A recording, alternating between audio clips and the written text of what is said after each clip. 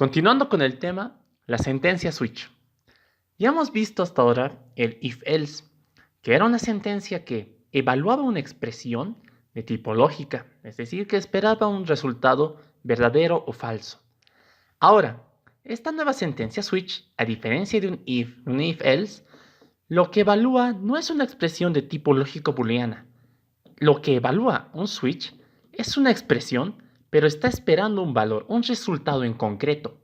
En la estructura del switch, lo que hace es que busca dentro de su código, dentro de su sentencia, un caso que empareje con el del valor que acaba de evaluar.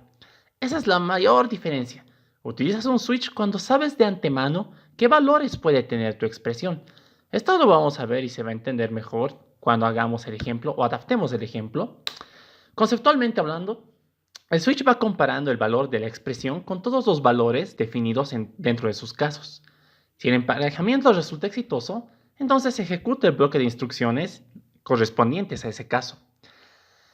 En esta sentencia vamos a ver una palabra reservada especial que es el break, que es algo así como romper abruptamente el código. Por último, si es que al evaluar la expresión no encontrar un caso que le empareje, existe otra palabra reservada que es el default, que es que va a ejecutar lo que sea que esté en el default si es que no ha podido emparejar con ningún caso preestablecido. Como les dije, esto se va mejor en el ejemplo. Ahora, respecto a la sintaxis. La sintaxis de un switch es de la siguiente manera. La palabra reservada switch y entre paréntesis la expresión que va a evaluar. A diferencia de un if-else, como les dije, no espera un true o un false. Es más, espera un valor. Espera un valor en concreto. Y dentro de su bloque existen casos. Esta palabra reservada case indica que en caso de que la expresión te haya dado como valor esto o esto o esto y así sucesivamente, tienes que emparejar algún caso. En caso de no poder emparejar nada, ejecutas las instrucciones del default. Eso es todo para un switch case. Es algo más largo, digamos, pero es bastante útil según la situación en la que se lo use. Algo importante que tampoco debemos olvidar es esta palabra reservada break, ya que al terminar de ejecutar las instrucciones del caso en el que emparejó, no necesitamos que haga nada más y necesitamos que salga de todo este bloque. Es por eso que se utiliza esta palabra reservada break, para que ya una vez que haya encontrado el caso que le corresponde, ya no pierda tiempo evaluando todo lo demás que sigue. El operador ternario. Este operador es especial dentro de la sintaxis de Java, dado a su forma de uso, pero es bastante útil para simplificar líneas de código que podrían ser algo excesivas innecesariamente. Dentro del lenguaje es el único operador ternario, eso es algo que hay que recalcar, y consta de tres partes dentro de su sintaxis: su condición y las dos instrucciones que puede o no ejecutar. ¿A qué me refiero? Es como si esto fuera la simplificación de un if-else simple, en donde sencillamente tienes un if-else y para cada uno, ya sea el if o ya sea el else, tienes sus instrucciones correspondientes. Para evitar hacer todo ese bloque, podrías utilizar un operador ternario. En la condición es lo que iría normalmente dentro del if, es lo que quiere evaluar. Operador ternario, que es el signo de interrogación. Seguido de esto, las instrucciones, separadas con los dos puntos. La instrucción 1 hace referencia a cuando la condición te da verdadera. La instrucción 2 hace referencia a cuando la condición te da falso. Eso es todo. Es una forma bastante simplificada y bonita de hacer un if else simple. Y vamos a verlo en el ejemplo. Ahora, vamos a la parte de los ejemplos. Para el switch case, y bueno, para ambos, vamos a hacer código en base a los ejemplos que ya hemos visto anteriormente. Para empezar, con el switch case, vamos a utilizar este ejercicio de los días de la semana. Este ejercicio consistía, como vieron hace poco, en que dado un número n, debíamos indicar a qué día correspondía en su parte literal. En caso de que nos dieran un número que no tiene nada que ver, un 8 o un 100, tendríamos que indicar que ese día no existe. Bajo una estructura if-else, quedaba así, es decir, una anidación de if-else, if-else, if-else. Ahora vamos a ver cómo quedaría esto utilizando un switch case. Así que para eso vamos a crearnos otra clase. Días, semana, con switch. ¿Qué es lo único que vamos a cambiar? Básicamente vamos a cambiar nuestra sentencia. En vez de utilizar o de servirnos de un if-else, yo creo, y analizando el problema, sabes que es más conveniente utilizar un switch case. ¿Por qué? Sabes de antemano los valores, es decir, ya sabes que 1 indica lunes, 2 indica martes. Cuando tienes ese poder o esa potestad de decir de antemano qué valores son los que hay, es mejor utilizar un switch case en vez de utilizar un if-else. Vamos a ir. Tenemos un método que se va a hacer public. Me tiene que devolver una respuesta. Mi tipo de devolución va a ser string. Y se llamaba días de la semana. Días, semana. ¿Qué es lo único que recibo por parámetro? Un número. Un número, un tipo de dato int, n. ¿Ok? Ahora, antes se declaraba en el otro una respuesta por defecto que era el día correspondiente no existe, cuando no entraba ninguno de tus 7 ifs del 1, 2, 3, 4, 5. En este caso, cuando no empareje con nada, vamos a tener eso en nuestra parte del default. ¿Por qué? Es una respuesta por defecto en caso de que este número n que me estás mandando no empareje con ninguno del 1 al 7. Y vamos a ver esto. Lo que sí que tengo es un string res. Eso nadie lo va a negar. Declaro mi respuesta, aún no le doy un valor inicial como tal. Ahora empiezo. Palabras reservadas switch. Switch. ¿Qué es lo que hace este switch? En vez de evaluar concretamente esperando un true o un false, yo voy a evaluar directamente esta variable n. Yo digo, en caso de que n, un switch n, en caso de que ¿qué? Aquí es donde empieza lo bonito. En caso de que ¿qué? Yo sé que palabra reservada case, en caso de que n valga 1, yo quiero que mi respuesta sea igual a, si es 1, mi respuesta es lunes. Como ya tengo mi instrucción, lo último que me faltaría es un break. Esto es toda la esencia de un switch case. Dices, en base a los casos de los valores que puede tomar n, empiezo a listar todos sus casos. Y para cada caso va a tener sus propias instrucciones. Como única cosa mandatoria, siempre poner un break. Ahora sigamos. ¿Qué pasa si no, n no es 1? Ok, si no es 1, puede ser 2. En caso de que n sea 2, 2 puntos, mis instrucciones va a ser que mi respuesta sea igual a martes. Como ya tienen sus instrucciones, no quiero hacer nada más, un break. Y así va a ser con los 5 casos, es decir, con los 5 casos restantes. ¿Qué pasa si es 3? Si es 3 corresponde a miércoles. Entonces, en caso de que sea 3, mi respuesta va a ser igual a miércoles. Miércoles. Como ya está, pondré coma y un break. Vamos a necesitar hacer esto para todo. Como la esencia en teoría es la misma, podemos ayudarnos, o bueno, para que tampoco se haga muy largo el video, ya que está explicado, vamos a ayudarnos de esto. Esto y me faltaría un casito más. Ahora, como la esencia es lo mismo, ¿qué es lo único que cambia? El caso y para cada caso su instrucción correspondiente. Tenía el 1, 2, 3. Vamos a tener en caso de que sea 4, en caso de que sea 5, en caso de que sea 6, en caso de que sea 7. Aquí, ¿qué cambiaría? Su instrucción. Lunes, martes, miércoles. Aquí viene jueves. Aquí viene viernes. Aquí viene sábado.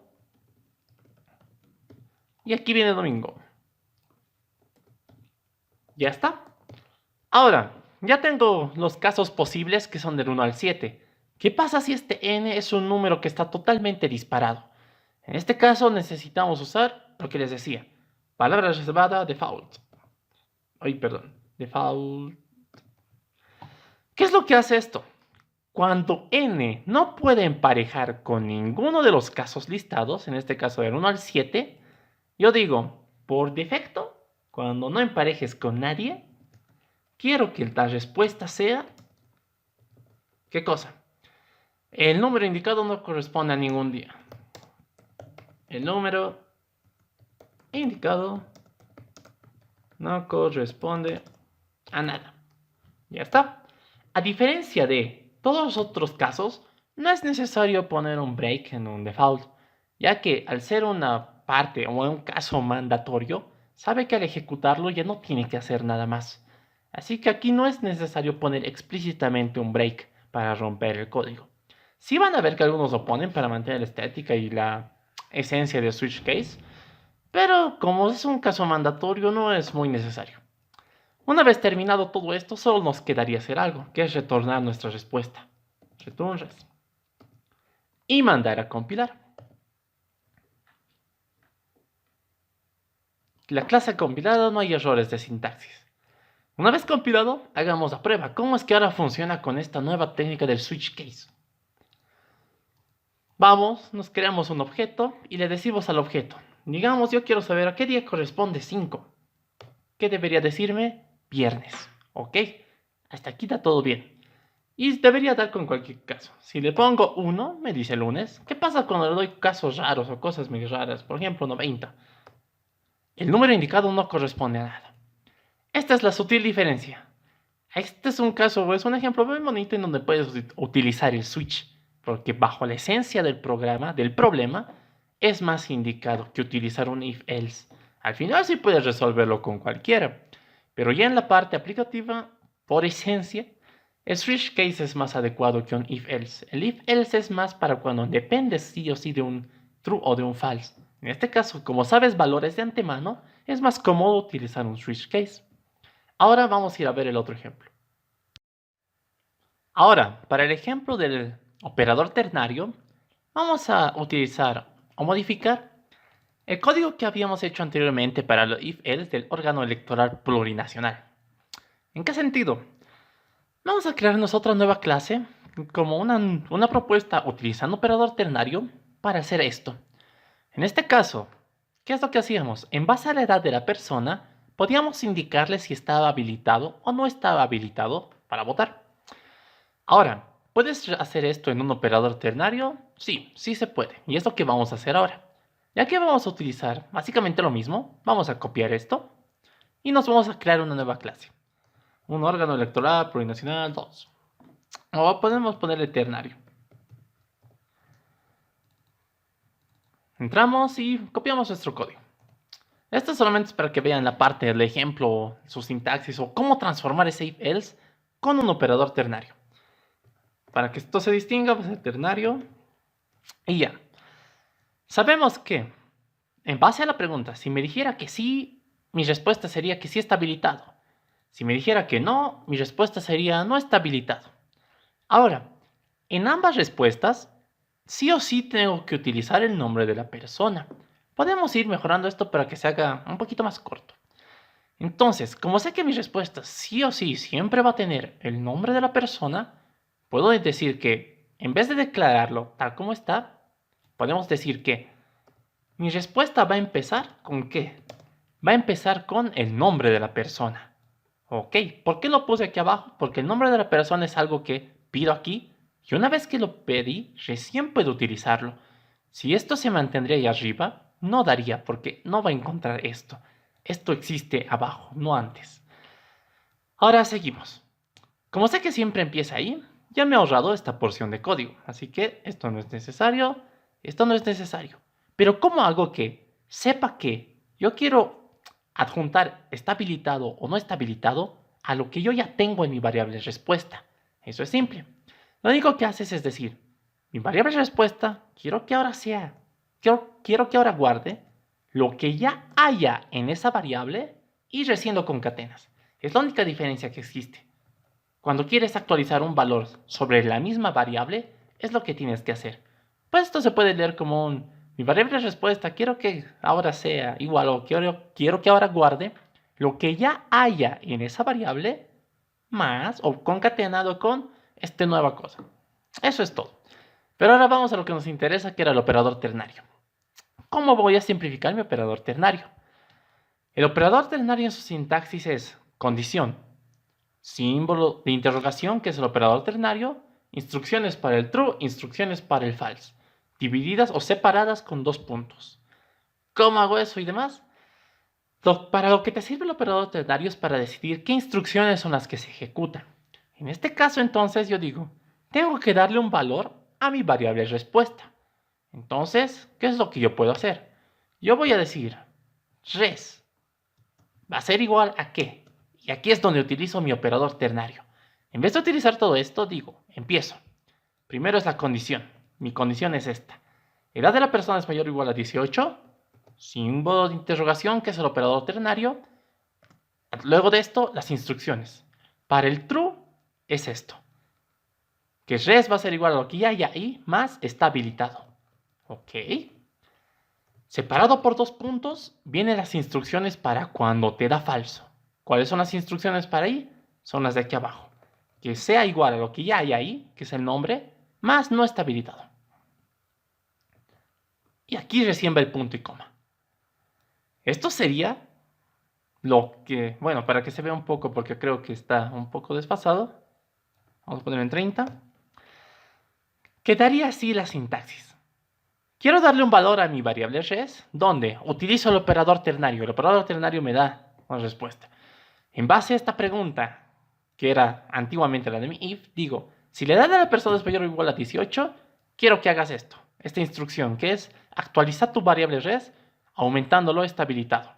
Si me dijera que no, digo, actualiza mi variable res, aumentando el no está habilitado. ¿Por qué actualizo mi variable res? Porque ahí ya está el nombre de la persona. Nada más. Todo este if else de aquí ya no me sirve. Y tu código se habría resumido a eso. Nada más. Ahora vamos a ver si funciona. Clase compilada, no hay errores de sintaxis. Esto del operador ternario más que nada te sirve para simplificar. Vieron que en una línea puedes hacer lo que has hecho en toda una estructura if else. Algo más complicado, quizás a veces no. En este caso no se olviden que estamos dando la instrucción de darle este valor, lo que sea que esté pasando aquí debería ser un valor para asignarlo a esta variable. Eso es todo. Ahora hagamos la prueba, veamos si realmente funciona. ¿Qué pasa si no está funcionando? Aquí van a ver que se ha creado una flechita. Esto es porque esta clase también la está utilizando como tipo de dato a persona. Eso no se preocupen, es para el ejemplo. No va el del diagrama como tal, solo necesitarías una. Vamos a crearnos una persona. Necesitamos un nombre, se llama Edriel. No se olviden de las comillas. ¿Qué edad tiene? Tiene 30 años y su CI es de 1, 2, 3. Ok, vamos a hacer la prueba. Tengo ya mi objetito con mi operador ternario. Necesito una persona. Le paso mi persona por parámetros solamente con un clic. Aquí, un clic. Va a copiar su nombre. ¿Dónde está? Persona 1. Y vemos qué pasa. Edriel está habilitado. Oh, qué bien. ¿Por qué? Porque tiene 30 años. Al final funciona, es lo mismo, solamente que está resumido. Esta vez está en una sola línea. Comparando con el original, que se encontraba en más. Es decir, en toda esa estructura if else, ahora lo has resumido en una línea. Esa es la diferencia. Esas son cosas que se va utilizando ya cuando vas practicando y manejas mejor. Pero eso es para el conocimiento. Nada más.